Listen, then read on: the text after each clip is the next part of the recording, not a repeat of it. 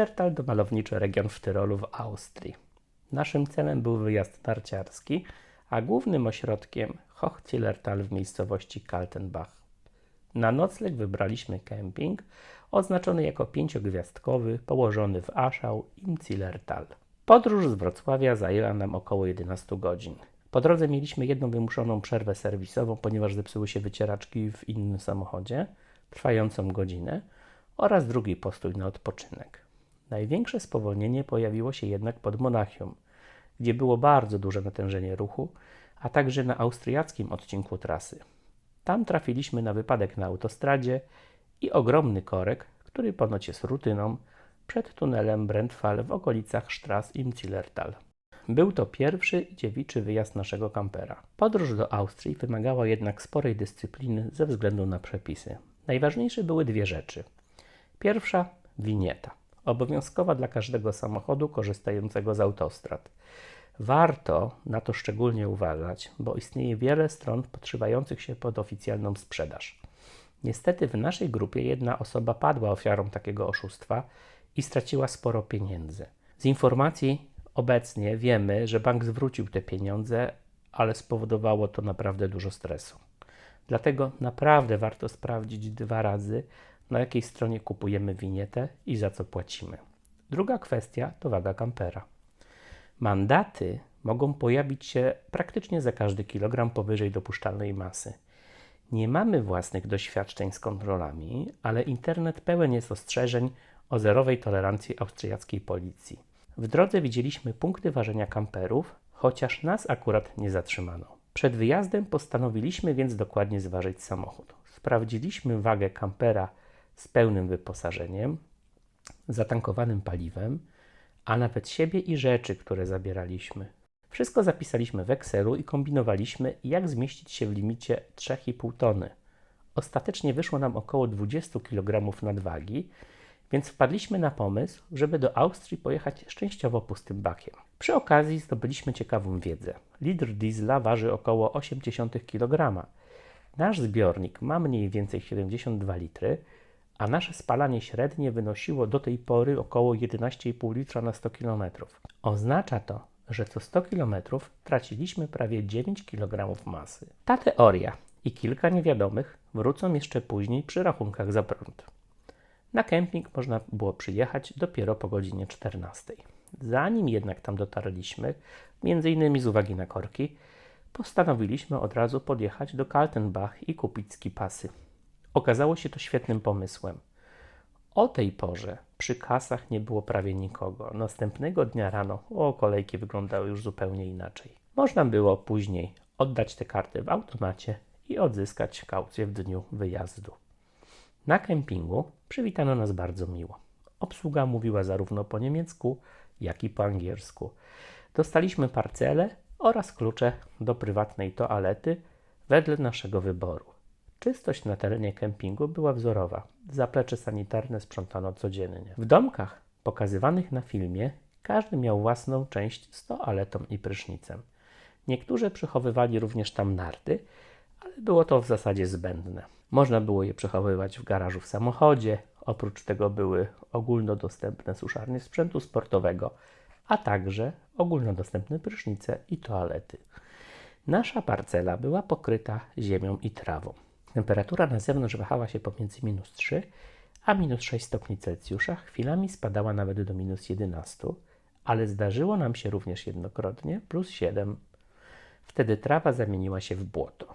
Na szczęście po kempingu jeździł pracownik obsługi i rozdawał oczywiście na życzenie europalety. Jedną ustawiliśmy przy wejściu do kampera i bardzo pomogło to ograniczyć nam bałagan. Widziałem też, jak ten sam pracownik podłączał innemu właścicielowi kampera gaz, a innemu przywoził grill węglowy. To wszystko było w serwisie. Pełna oferta kempingu Aufenfeld jest na stronie, ale warto wspomnieć o kilku rzeczach. Na przykład o darmowym basenie, czynnym od 13 do 21.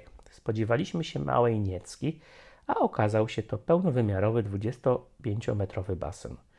Była też dodatkowa część z hydromasażem i duży brodzik dla dzieci oraz zjeżdżalnia. Do dyspozycji były również sauny odpłatnie generalnie tylko dla dorosłych, z wyjątkiem sobot i poniedziałków. Ta odpłatność wynosiła około 1 euro. Był również klub fitness za 2 euro za wejście oraz korty tenisowe, choć te akurat były zasypane śniegiem. Na terenie kempingu była też zagroda z kucykami, mały staw oraz 2 sklepy.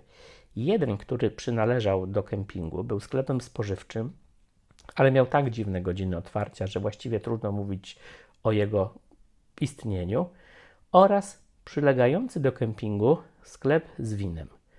W budynku obok naszej parceli były darmowe zmywaki i wyparzarka do naczyń. Pralka i suszarka działały na żetony kupowane w recepcji, która była czynna jedynie do 18. W zasadzie wszystkie sklepy były czynne do 18. Proszek do prania trzeba było mieć własny. Tłumaczono nam, że każdy używa innego i może mieć alergię na ten, który zaproponują w rejestracji. Wracając do kampera i jego testowania. Po przyjeździe od razu podłączyliśmy się do prądu i włączyliśmy ogrzewanie. W cenie było 5 kW dziennie i wydawało się, że to wystarczy. No, nie wystarczyło. Z powodu częściowo pustego baku baliśmy się używać ogrzewania w trybie diesel, ale jak się okazało zupełnie niepotrzebnie. Po 3 dniach zapytałem o zużycie prądu. Truma według instrukcji potrafi pobierać nawet około 2 kW na godzinę. Okazało się, że tego 3 dnia mieliśmy już 140 euro do dopłaty za prąd. I wtedy zapadła decyzja, że przestawiamy się na diesla. I w tym trybie wydajność ogrzewania znacznie wzrasta, bo ma wynosić teoretycznie około 6 kW mocy cieplnej na godzinę. Z użyciem paliwa teoretycznie miało wynosić pół litra na godzinę pracy. Ostatecznie nasz rachunek za prąd wyniósł jeszcze około 20 euro więcej, czyli około 160 euro za pobyt 7-dniowy, ale samo przełączenie się na diesel spowodowało spadek zasięgu samochodu w ciągu 3 dni o zaledwie 20 km, więc to w zasadzie nie było dla nas odczuwalne. Trzeba pamiętać, że ogrzewanie przecież nie pracuje cały czas z pełną mocą. Dodatkowo gotując na gazie też trochę dogrzewaliśmy wnętrze. W środku utrzymywaliśmy temperaturę pomiędzy 21 a 23 stopni i uważamy, że było to bardzo komfortowo. Skoro jesteśmy przy paliwie, to ciekawostka. Diesel w Austrii był tańszy niż w Polsce. We Wrocławiu płaciłem 6,33 zł za litr, a tam jeszcze mniej, bo mniej więcej 6 zł za litr. Zupełnie inaczej było w Niemczech. Tam paliwo kosztowało około 7 zł za litr. Natomiast ważna informacja jest taka, że po drodze w Niemczech, również w Austrii, trafiliśmy na stacje, gdzie można było zapłacić wyłącznie kartą. Były to stacje automatyczne, praktycznie bez ludzi. I jedna z nich była oddalona od autostrady o kilka kilometrów i miała dość ciasny wjazd. Kamperem trzeba było wjechać i wyjechać tą samą drogą, cofając między budynkami. Na miejscu w Aufenfeld spędziliśmy bardzo przyjemny czas. Z kempingu mieliśmy darmową komunikację na stok, zarówno do Zillertal Arena, jak i Hochzillertal. Raz oczywiście wsiedliśmy do złego autobusu i odkręcenie całej sytuacji zajęło godzinę. Ale dzięki skipasowi można było korzystać z pociągów, autobusów i skibusów w całym rejonie.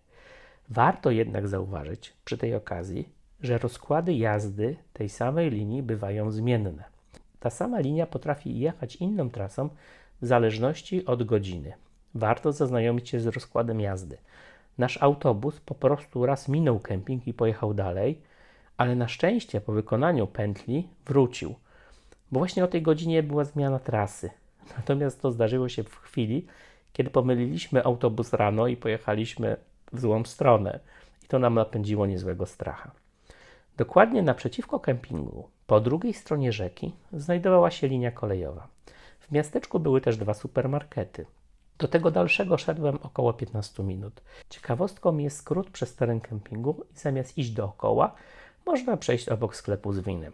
Podsumowując, jakość kempingu i jego wyposażenie zdecydowanie odpowiadają cenie. To naprawdę dobre miejsce na zimowy wyjazd. Na stokach raczej jest drogo, podobnie jak w polskich schroniskach. Herbata kosztowała około 5 euro, dania w restauracjach na stoku około 20 euro. W restauracjach w mieście trzeba było liczyć mniej więcej również 20 euro za danie, ale nic wyszukanego, na przykład za pizzę czy spaghetti. W supermarketach ceny były podobne do tych z Wrocławia. Część rzeczy była tańsza, część droższa. Pieczywo i mięso wyraźnie droższe, ale słodycze, warzywa czy owoce już niekoniecznie. Podobnie z napojami. Na koniec jeszcze powrót. Zastanawiało nas, dlaczego Holendrzy i Niemcy wyjeżdżali z kempingu w nocy albo bardzo wcześnie rano i wszystko okazało się jasne w drodze powrotnej. 56 km autostrady w kierunku Niemiec, jechaliśmy 2,5 godziny. Około 40 minut staliśmy w korku przed tunelem Bredfall i szczerze mówiąc, po tym doświadczeniu winieta za 12,5 euro nie wydaje się najlepiej wydanymi pieniędzmi. Dalsza droga też była bardzo trudna. 450 km od domu pojawiła się gęsta mgła. Padał śnieg, potem deszcz, korki pojawiały się i znikały, a część dróg była w remoncie. Na szczęście mają zakończyć się z końcem 26 roku. Ostatecznie podróż powrotna trwała około 15 godzin. To było naprawdę męczące dla nas i dla dzieci. Ale mimo wszystko cały wyjazd zdecydowanie był tego wart. I już planujemy kolejny kurs.